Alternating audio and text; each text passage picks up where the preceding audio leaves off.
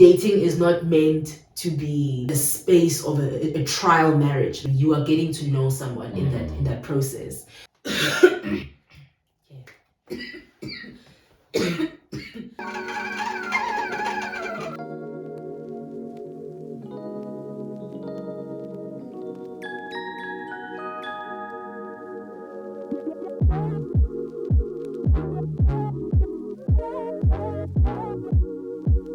Hello. Hey everybody. What's happening? What's good? Yes. And welcome to yet another installment of Chats on Sundays with the Habsters. With the Habsters. We're so glad to have you guys here with us today. And before we get into what you are seeing as today's topic, we'd like to encourage you to please hit that subscribe button if you haven't already. Share this video with your friends and family, because I do think today's video will be quite insightful for those who are single and have a desire for marriage, or those who are dating and have a desire for marriage, and even for those who are married themselves. Yes. Thank you so much for everyone who engaged in the previous episode. It was so nice when we were giving like how we met and how the Habster journey started. But we appreciated the engagement, so please do engage. Pop your comments in. We'll gladly respond. And I think we're getting into the meatier topics. And if you're joining us for the first time, welcome. It's so good having you here with us today.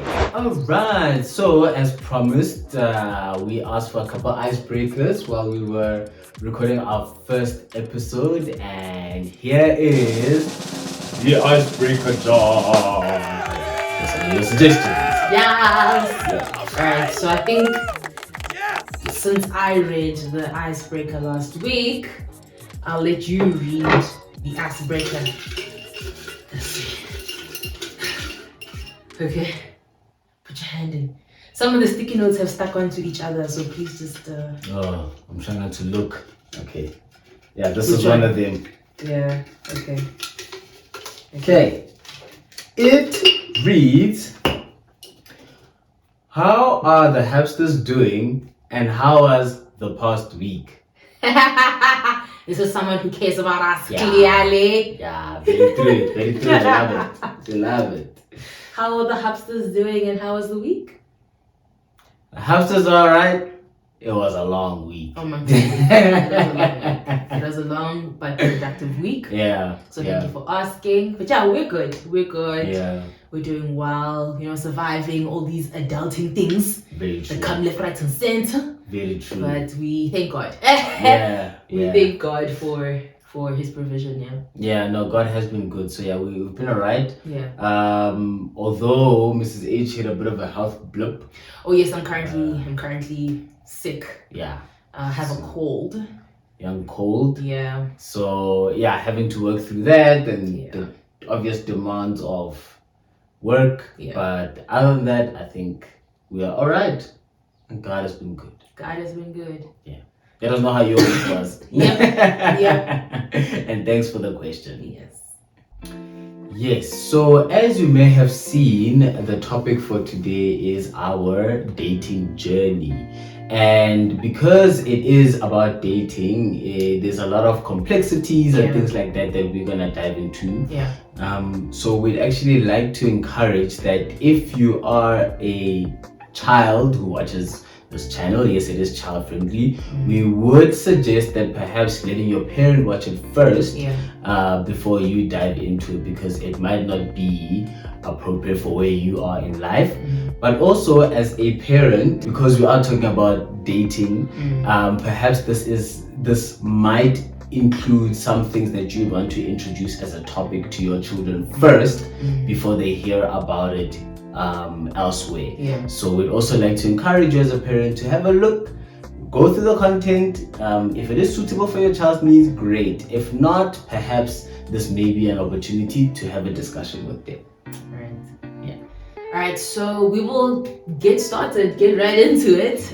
We'll start with our experience of dating before meeting each other and how that has impacted our overall view of dating up until the point that we started dating, right? Yeah. So I'll get started, and basically on my end, what I do want to highlight is that yes, we are human, or we are human beings who live in a fallen world, and so with that we are then exposed to things that are not God honoring, but that are deemed as normal or deemed as a norm in society.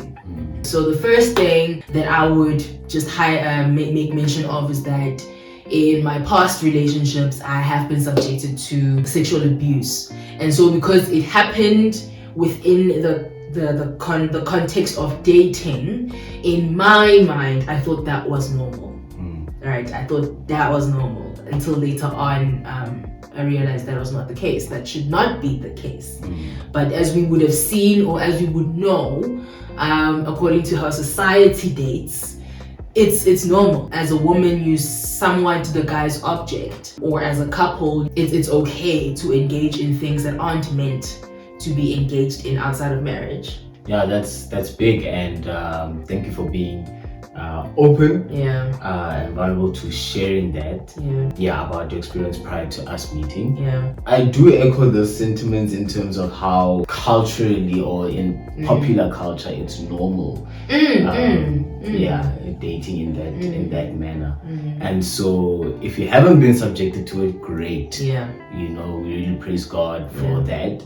But if you have, it is something that I want you to know that you are definitely not alone in that.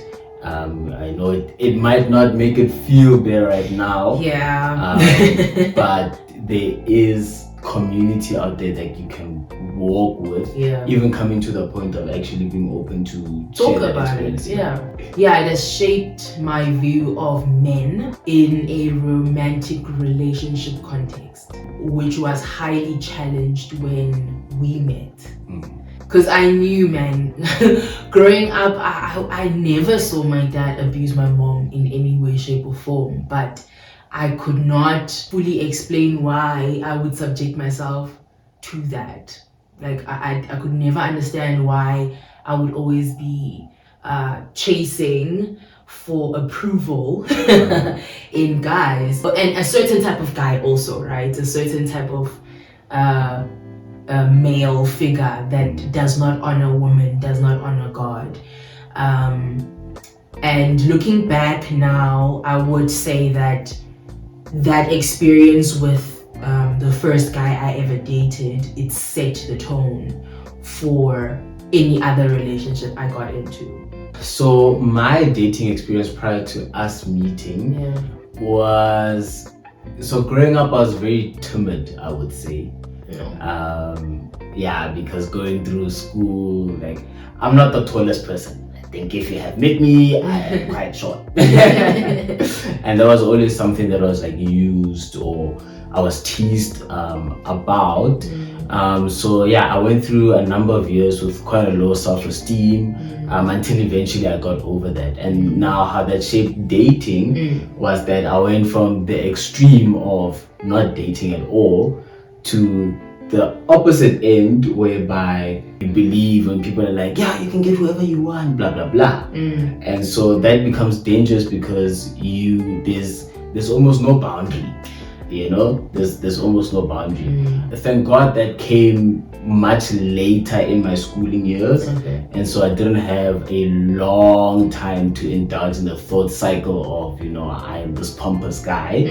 But it did come with its challenges because you tend to go the full extreme. If it's not in a manner of you being the most important person in the relationship, it's that when you are challenged as not being the most important person in the relationship, you become like sort of a how can I say, like a hero syndrome kind of person. Superhero syndrome. So it was two extremes, from extreme timid to either really self-righteous or really approval seeking. So that then also set the tone for what relationships then look like moving forward. And yeah, unfortunately, it didn't come with the boundaries of when you're dating, do this. Look, this is the outlook that you need to have. It's just like shaped by whatever the culture is at the time. So yeah, sure, that was my experience prior to us dating. Yeah. So if you have seen the first episode of this season, we were talking about how we met. Yes. And it's gonna be up here. Wherever here, yes. And how we then transitioned to, from just being friends. That's how we met, and we were friends for a while. So now for a year and some change. For a year and some change. Which I think those who know us, they know it as a very interesting story to get to that. Yeah. Should we mention that story rather? Yeah. And how we got there. Yes. I think we should. Guys. So funny. So I was meant to meet up with Mr. Habster. So we continued with this friendship. Still on his first year. Yeah. We had our regular ice cream dates. Yeah, just checking in on each other. Nothing weird about that. And I was in a relationship. So was he. I was also in a relationship. Yes. So until about halfway through that year, for reasons that had nothing to do with Mr. Habster, I broke up with the guy that I was dating. At the time, I was so convinced I would marry him. But looking back at the situation right now, I really forced matters. In my mind, I created a story that this is the gent. I'm gonna marry this gent, okay?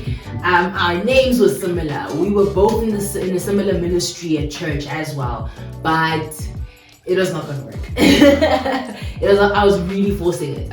He was the first Christian guy I dated as well. But man, how naive I was. I was so naive. So anyway, when I broke up with that guy, I made sure to limit my time with my male friends, because I know from my past that it's easy to grow an attachment to the opposite sex when you're going through a very difficult moment in your life. Yeah. Right. So at least there was that kind of level of wisdom there, right? So I limited my time with Mr. Habster and his housemates, because we had all just become such good friends, until you saw me, I think about 3 months after the breakup at church. And said, Wootsie, you haven't seen me in a while. And so then we were supposed to just catch up and so on. And I'm now fast forwarding. I'm skipping certain things. I'm fast forwarding. It's a lot. Mr. Habster also was dating someone at the time. His high school sweetheart, guys. He was dating her. Guys. Hey. There's the law for redemption.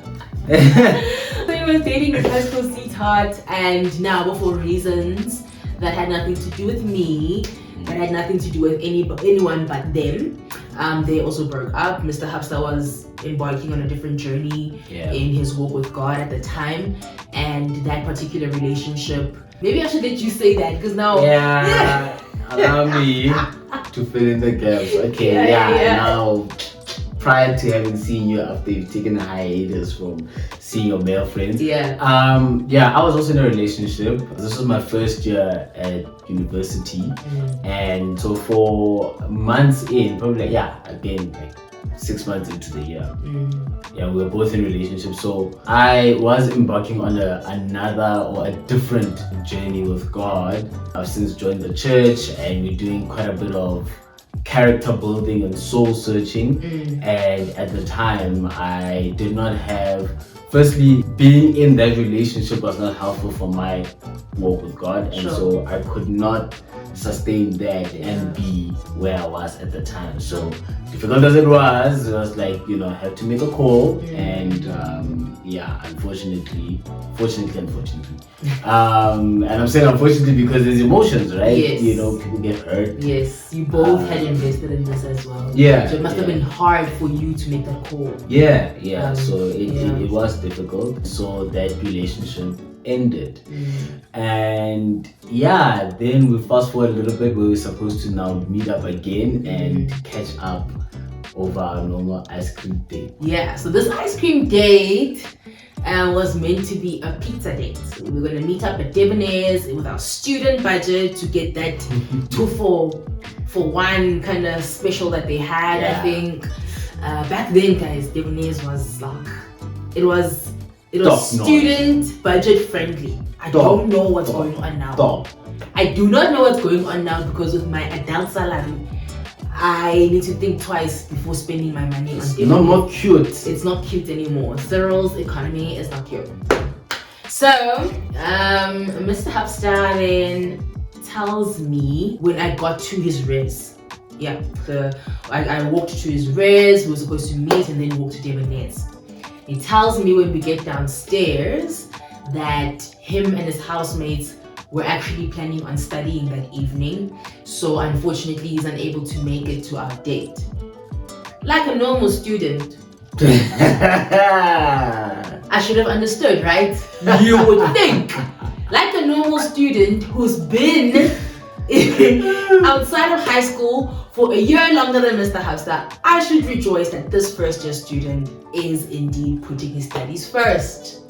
Sana, did I not blow a gasket?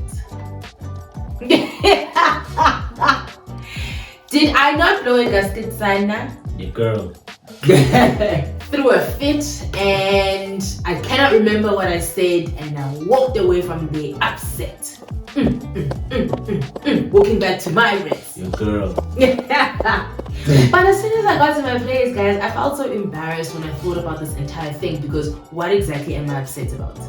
What am I upset about? He's here to study. He's saying he's going to study. Why am I upset? Yeah. Equally, I'm also just like him. What's going on? Kimaketsi. I'm so confused. Kimaketsi kakulu. I'm so sorry. My housemate at the time, my flatmate, at the time, helped me process my thoughts. And we realized that I actually had feelings for Mr. Habster. Yeah, and I thought, wow, this is embarrassing. Yeah. Because what if he doesn't like me? The beginning.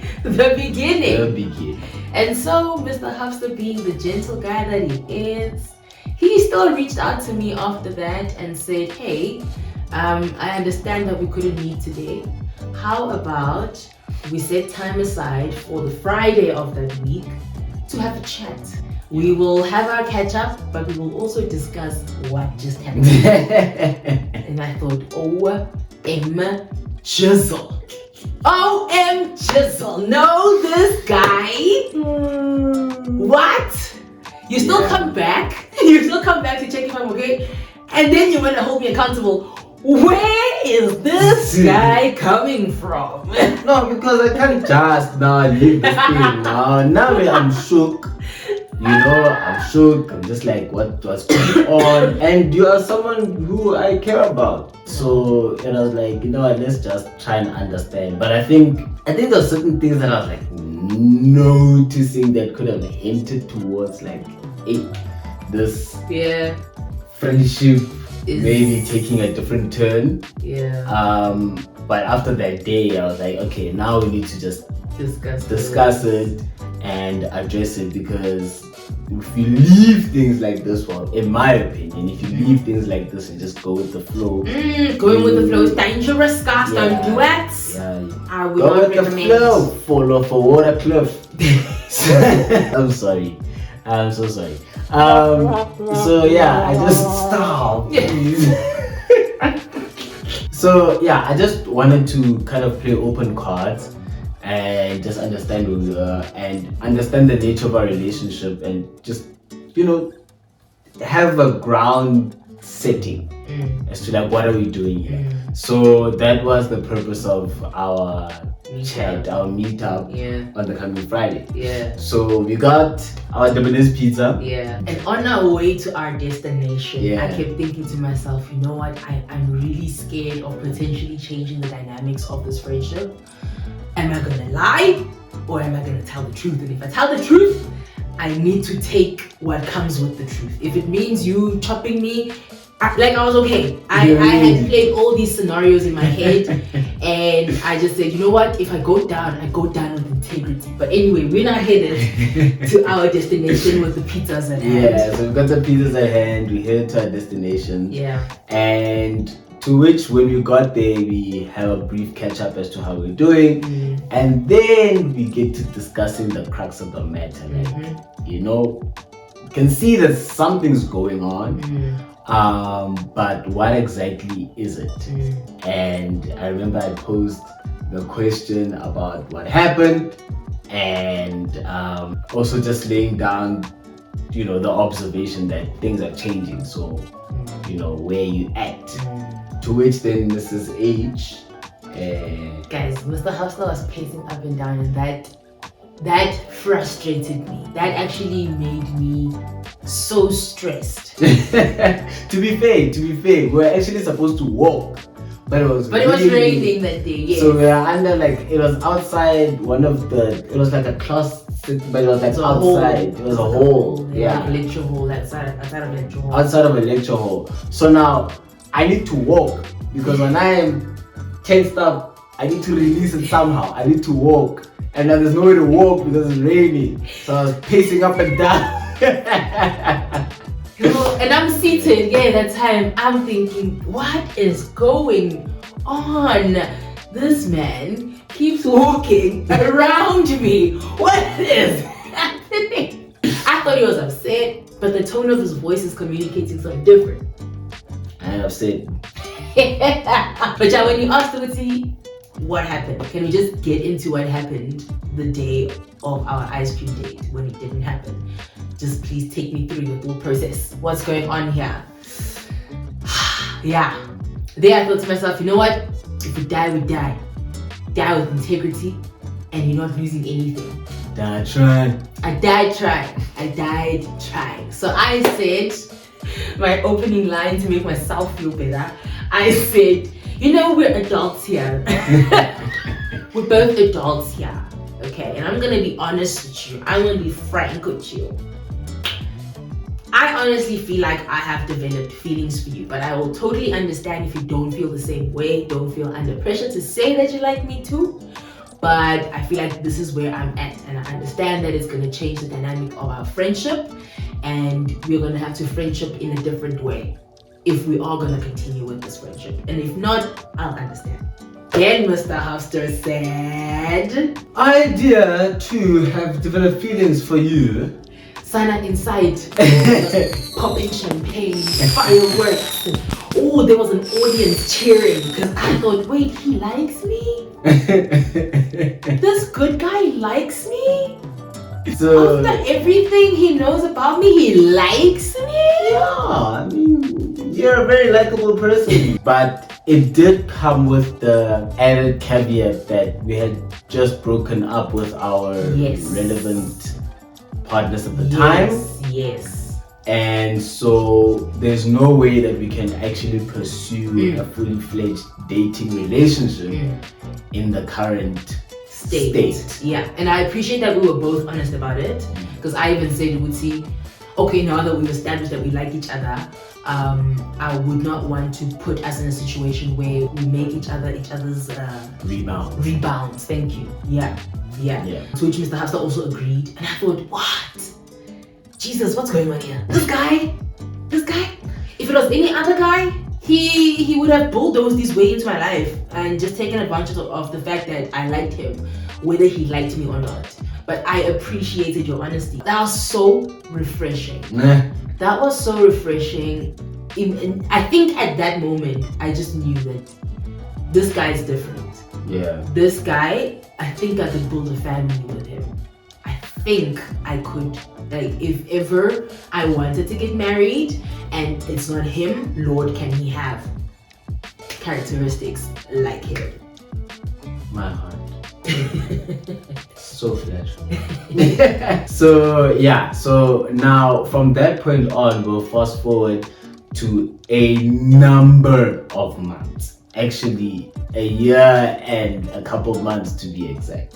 Wait, you forgot to mention, when we had that conversation, we then decided that we will not explore dating, because we are both healing from the past, from the relationships we just got out of. And we are both aware that there are habits we want to unlearn from those relationships.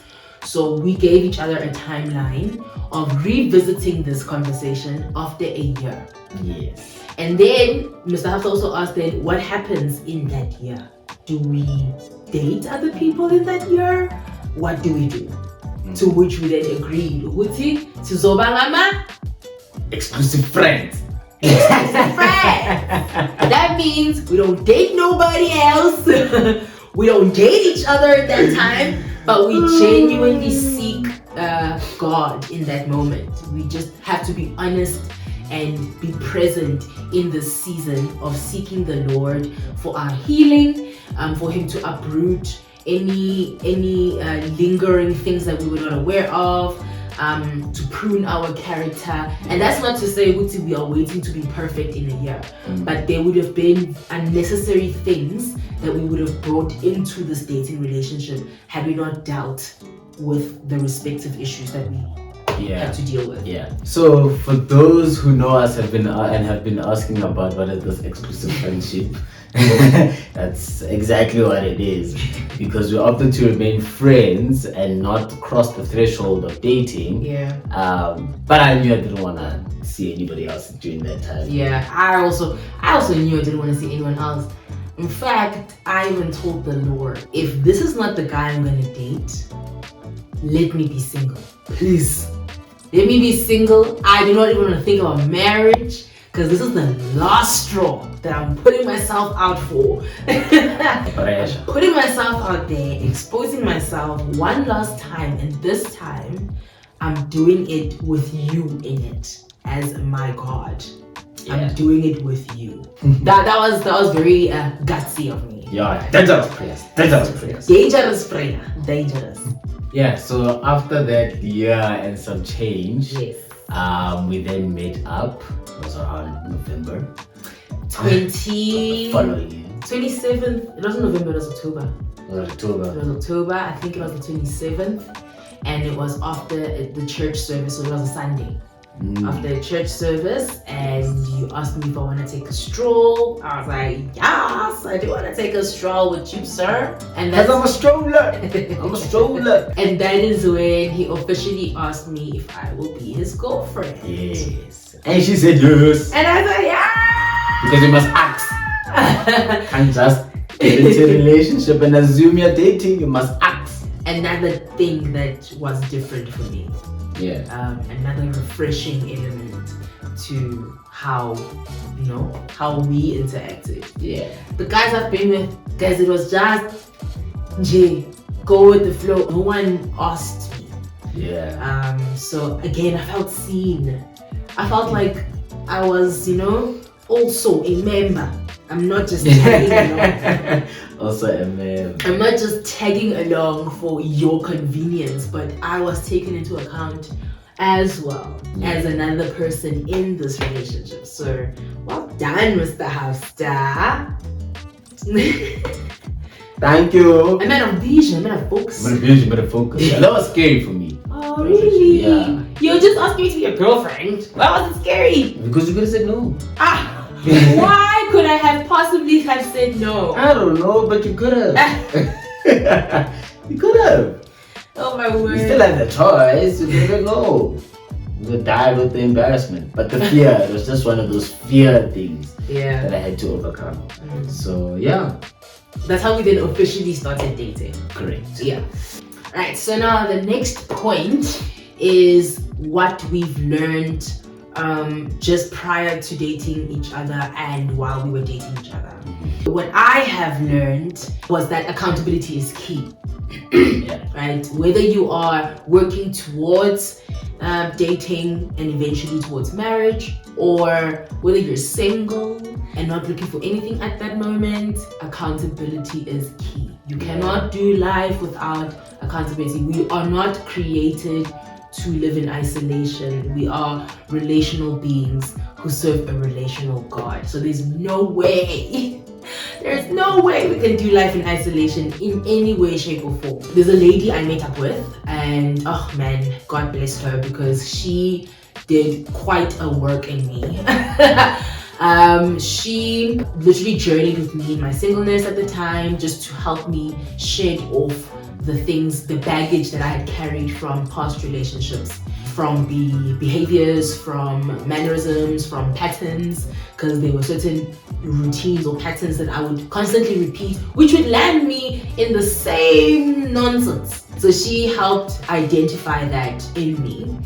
And then she asked me to draw up a list of the things that I would love to see my future spouse embody or have. And there I was drawing down my list on a phone that was later on stolen in Braamfontein. Oh, guys. So I wrote my list, and I mentioned characteristics that I saw in my dad that I liked. I mentioned characteristics I know of God and things that I would perceive a godly man or a husband would have to embody in order to build a sustainable household, right?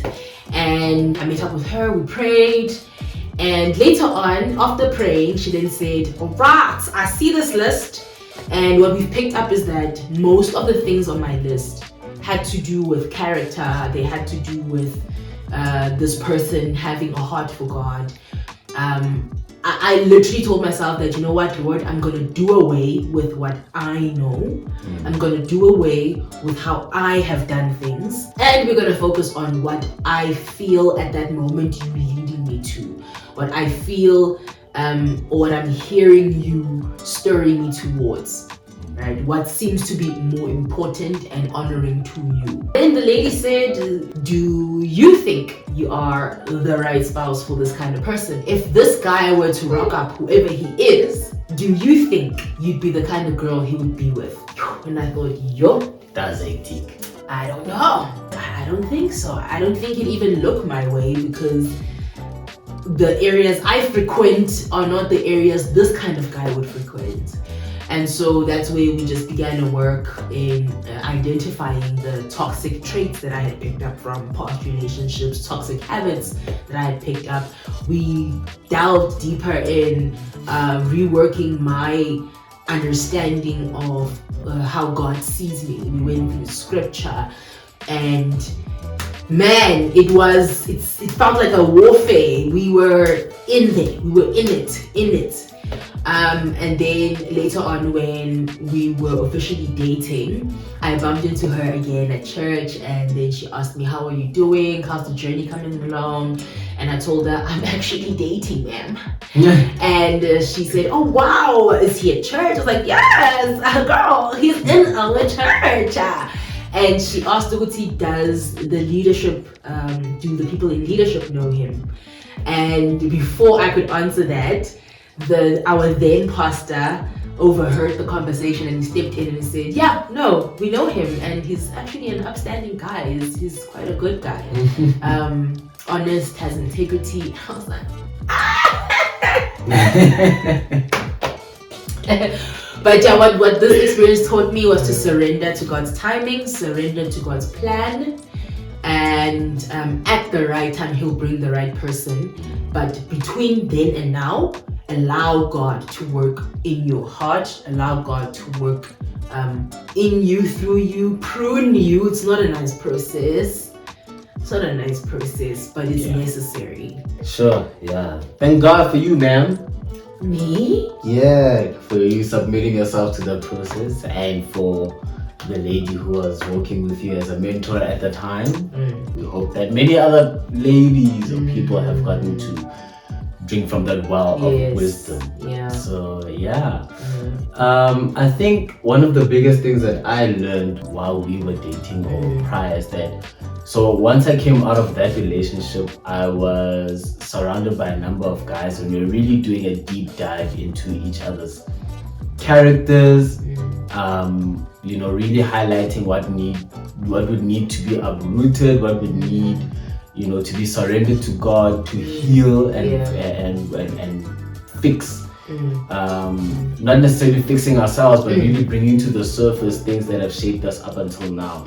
So we had this very intense group as a couple of guys at church, and during that time I really got to see what are some of the toxic things that I had been exposed to that shaped the way in which I viewed myself, viewed my relationship with God, viewed women, just my worldview in general. And so, similar to what you've mentioned about being accountable, you know, we cannot speak highly enough of accountability in all the spheres of life, because if you end up doing things in silos, anything is right in your eyes. Anything is right in your eyes. You can justify anything, and so it becomes very slippery slope. So there was a journey of accountability, and for me personally, I also got to see what it means to be responsible as someone who is leading within the relationship, which is not something that I had. If I can be honest, that I can technically say that I was exposed to in a correct manner, because then the real weight and of responsibility became apparent. So if there's anything that needed to be done in our relationship, whether it is seeking people to speak into our lives, then I needed to initiate that. If there's any struggles that we are going through, be it, you know, in communication or purity or whatever the case is, I needed to be the one to initiate seeking help for them. And so I learned that as a lesson in theory and practically. And later in this video, we'll talk about how that carries over into marriage. But that is something that I have been learning still after all these years of marriage. You know, to still take responsibility, lead a household. But those are things that you need to be aware of within the dating phase. Because they don't just magically spring up the day you say I do. You know. So yes, you then have a title of a head of a household once you get married, but the character is something that you need to build in the dating phase, and that's something I learned along the way through very difficult lessons as well. So and are there things that I would have done differently? Yes. You know, I do appreciate the people that I worked with at that time of our dating phase. I do think that I could have been a bit more open and expressive at the time as well, about really like core stuff that I was struggling with, because you know, between self-esteem and actually grasping what responsibility is in a relationship, there were certain things that I felt almost embarrassed to kind of talk about. And we don't talk about that often, the kind of people, or the importance of people speaking into or pouring into your walk with God, your relationship with either a girlfriend or a boyfriend, or even a relationship with family and friends. We really don't speak much about, or we downplay it, but it has a significant role. It does. In shaping us. In our walk in general. And those are the formative years of your life. You know, that's how you are building yourself to step out into the world post your studies, or into your 20s, your 30s, your 40s. So that's actually the time where, you know, a deep dive and deep conversations need to be had. And to really go do away with the shyness and the shame, because you know, we all experience things in some capacity, one way or another, be it, you know, exposure to bad relationship where you lord over your partner, be it exposure to things like pornography that shapes how you see women, things that pop culture shapes how you see women, and how women view themselves as well. So I do think that if there were some things that I could do differently at that point, was definitely be a bit more open and willing in totality.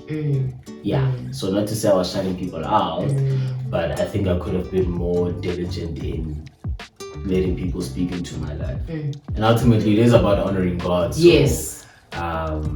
in the pursuit it's difficult, and the pruning is hard. But pursuing God in that comes in many shapes forms, and especially when it comes to dating, when you're dealing with someone else and emotions in your space. So yeah, that's what I've learned. Sure. All right, so what is PEC and why PEC? To give a bit of a backstory, PEC actually stands for pre-engagement counseling. I know a lot of people know premarital counseling before they do their I do's. However, in our previous church community, there is a book material that is pre-engagement counseling. And I was so grateful because one of the couples that we were working with at the time, the guy, he and I, who's a good friend, had been catching up over some coffee in the mornings, and he said, look, why don't you guys do pre-engagement counseling? It might still be early in the relationship, but you don't need to, it doesn't mean once you're done with this you need to propose. Yes. So there's no pressure to propose, but it helps you understand if you all are on the same boat.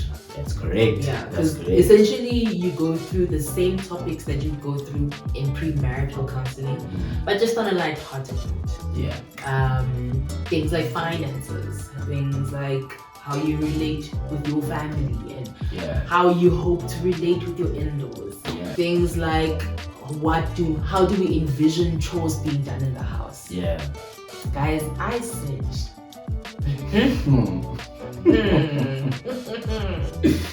I said, oh, I'll be sweeping every day, and then Mr. Habster will do his thorough cleaning in the weekend, because when he doesn't clean during the week, he prefers having this one day where he does everything, right? So that's what I've seen whenever I went to see him and his housemates during the week. But then boys house.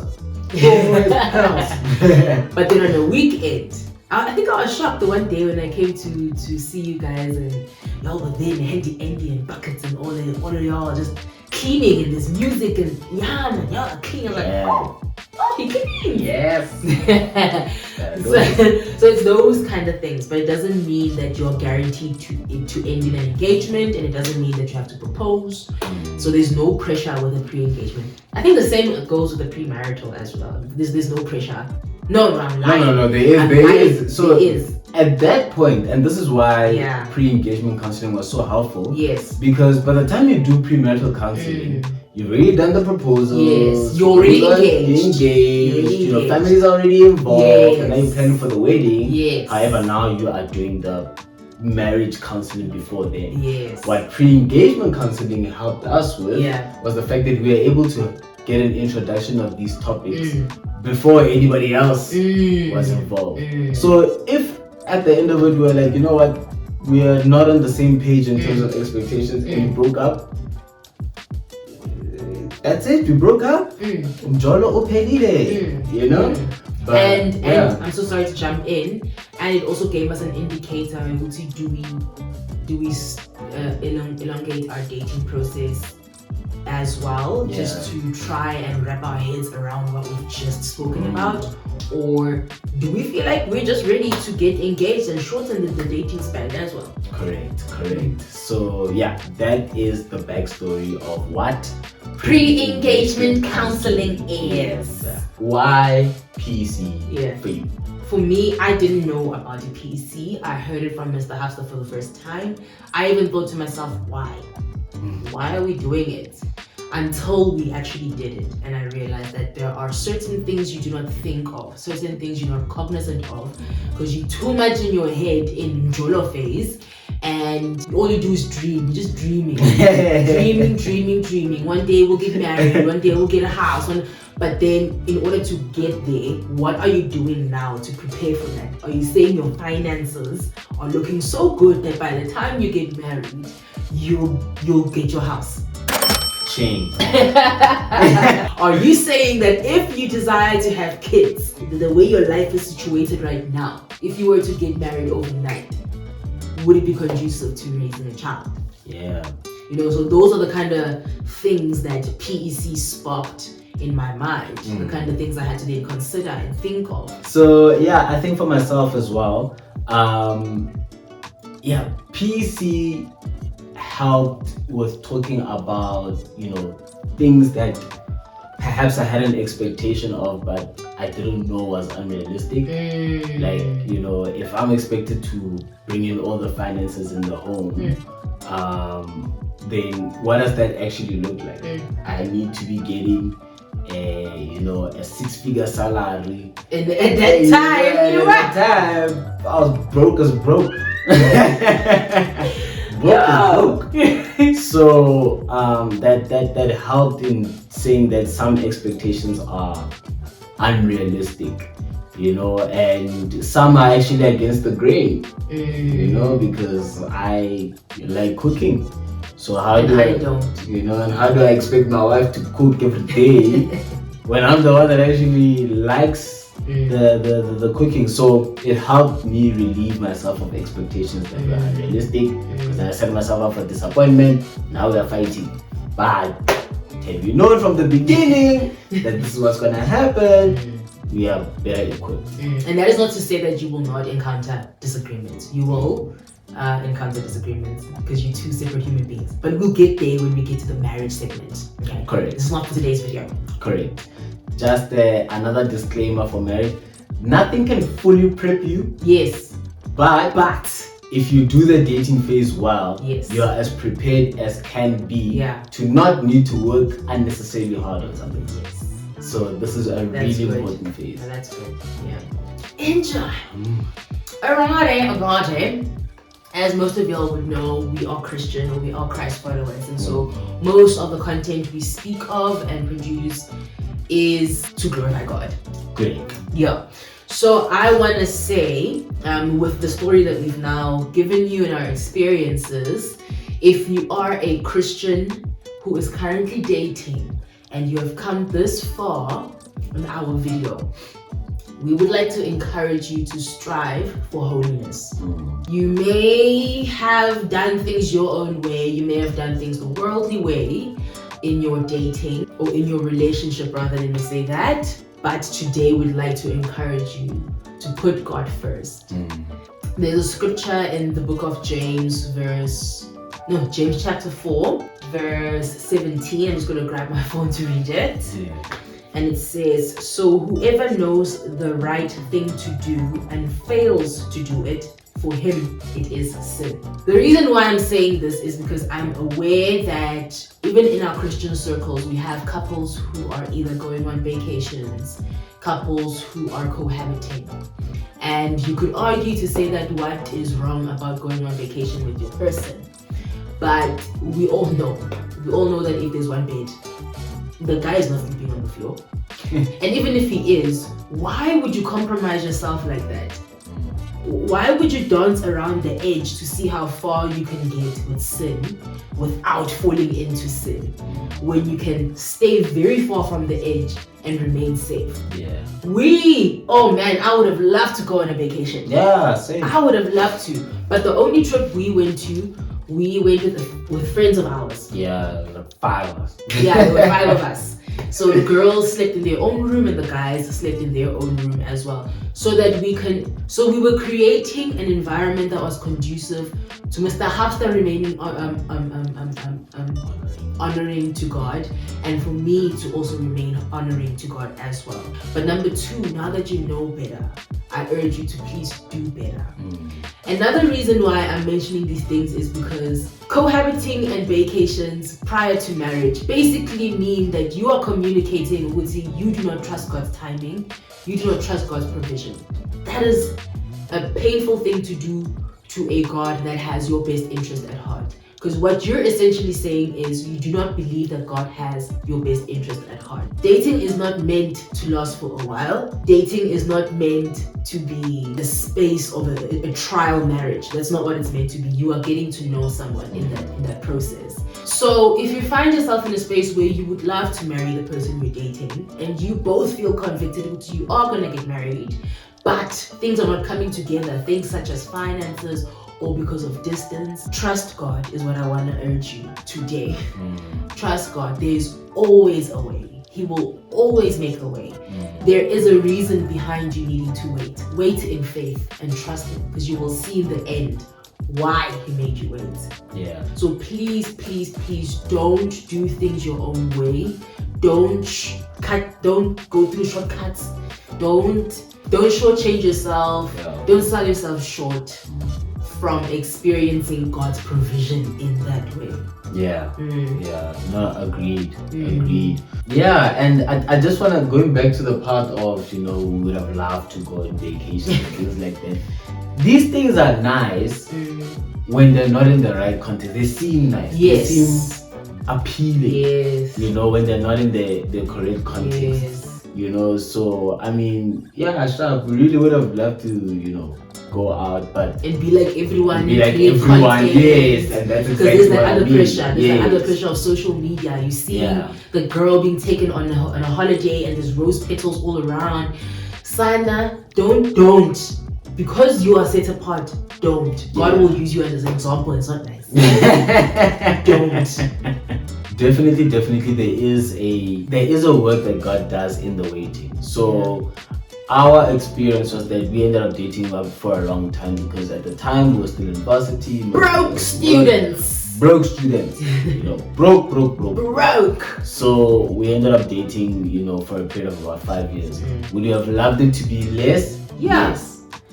We had actually set ourselves a maximum to say by the time it hits year 5, we have to, something must happen. Yes. So yes, there was the fact that it was long, but circumstances that dictated, but we were working towards what the ultimate goal is.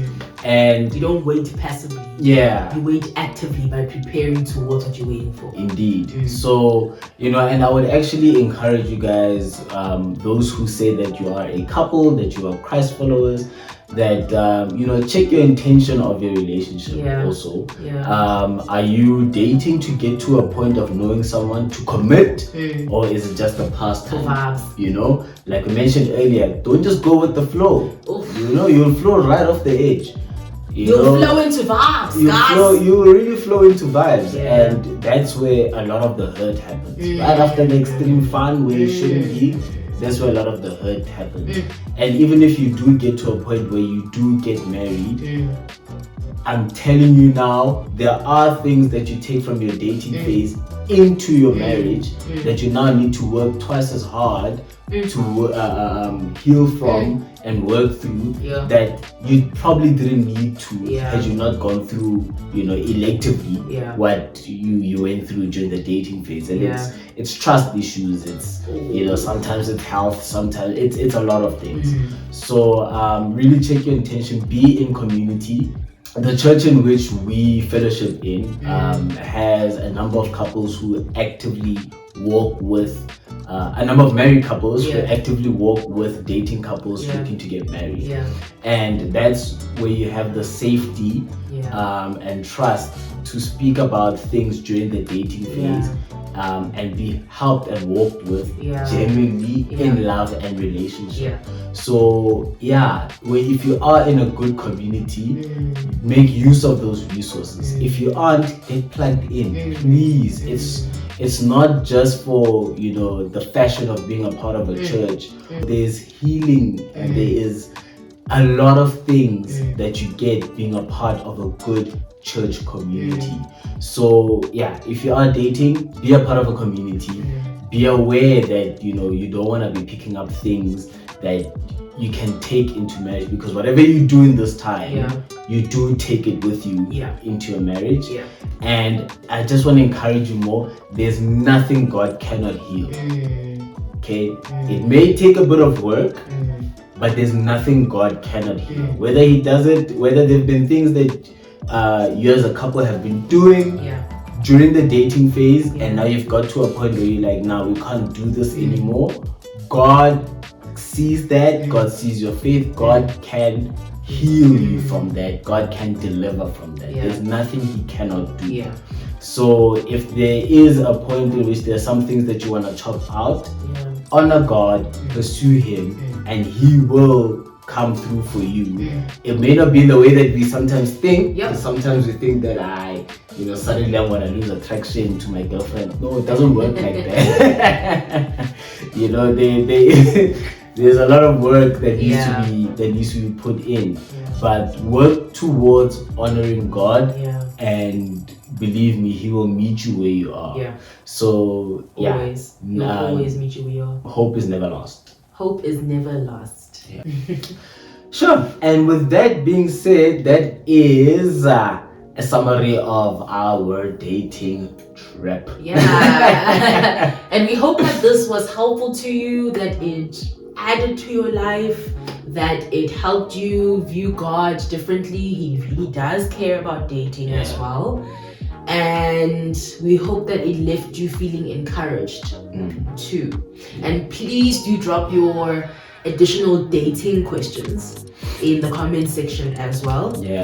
We might not be able to answer them in a video form in the next video, but we will always circle back and record a video about dating again at a later stage. 100%. So thank you so much for joining us.